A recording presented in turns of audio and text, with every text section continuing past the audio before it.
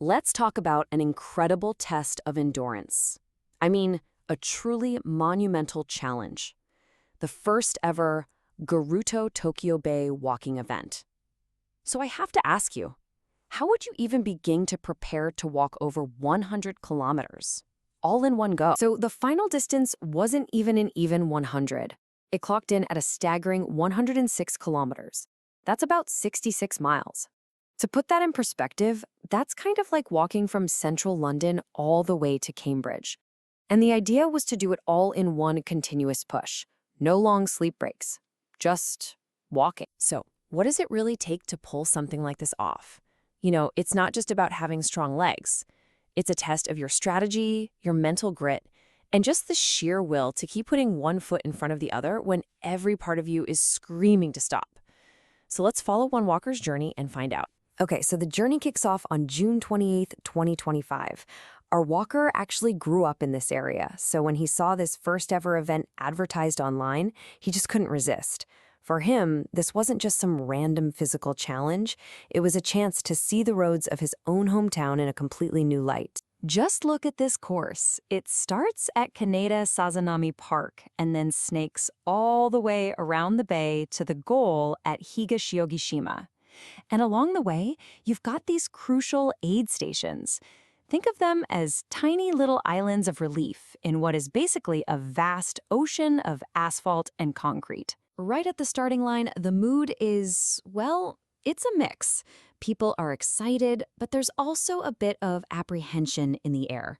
The weather is beautiful, maybe a little too beautiful. That clear sky comes with a warning. And the walker's own words kind of captured that feeling perfectly. The weather is great. I'm worried it's going to get hot. A little bit of foreshadowing there. And yeah, that worry about the heat, it wasn't just a worry. It became the main event.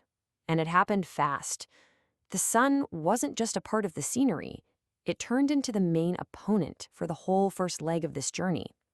The great weather became this grueling, oppressive heat that would pretty much define the entire experience. You know, you hear a name like Around Tokyo Bay, and you're picturing these beautiful coastal views, maybe a nice sea breeze, right? Well, the reality was not that. It was completely different.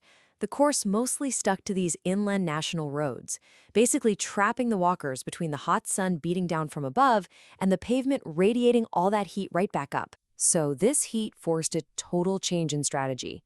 The walk wasn't about keeping a good pace anymore. It became a desperate battle for survival against heat stroke. Seriously. The new mission was just to get from one convenience store to the next, to buy a frozen drink he could press against his skin, just to try and keep his core temperature from getting dangerously hot. So if you look at how the day was actually spent, it's pretty revealing. It was not just continuous walking. A huge chunk of time was spent just recovering. And beyond the official aid stations, there were all these unplanned stops at convenience stores. These weren't for fun snacks. They were absolutely critical recovery points just to get out of the sun for a few minutes. Okay, so the sun finally sets, and you'd think, phew, what a relief. The heat's gone. But then the challenge just transforms. The physical fight against the heat gets replaced by a whole new opponent. This profound mental exhaustion and the incredible isolation of walking through the dead of night. As he started moving through these industrial areas and unlit parks, his whole world just shrank to the narrow beam of his headlamp. I mean, imagine that. Out there, it's just you, the road, and the darkness. An unbelievably isolating feeling. And the night just stretches on, punctuated only by these brief, lonely stops. At 9 p.m., almost halfway there, some tofu somen.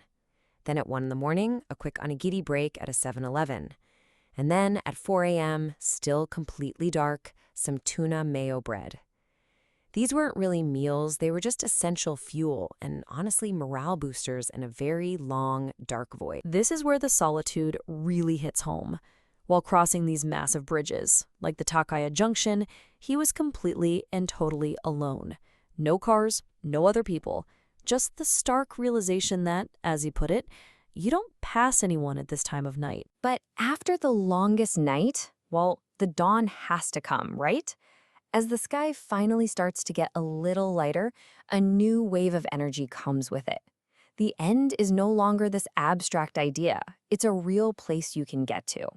This is the final push. And what a reward for getting through that darkness. Just as he was crossing the Tsukiji Ohashi Bridge, he happened to look back and saw this, an absolutely spectacular sunrise over the city.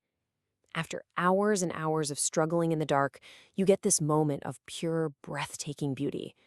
I mean, that's the kind of thing that makes it all worthwhile. But, of course, the course had one last little trick up its sleeve. A final, really unique obstacle, the Kawasaki Port Undersea Tunnel. He described it as this damp, humid, and seemingly endless underground passage.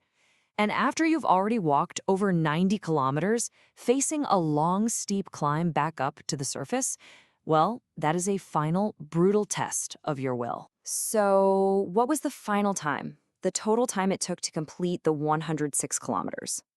27 hours. More than an entire day and night of non-stop movement, fighting the heat, the exhaustion, and the loneliness. Just a monumental feat of endurance. And then, that's it. The final moment, arrival at Higashogihima Park, the finish line.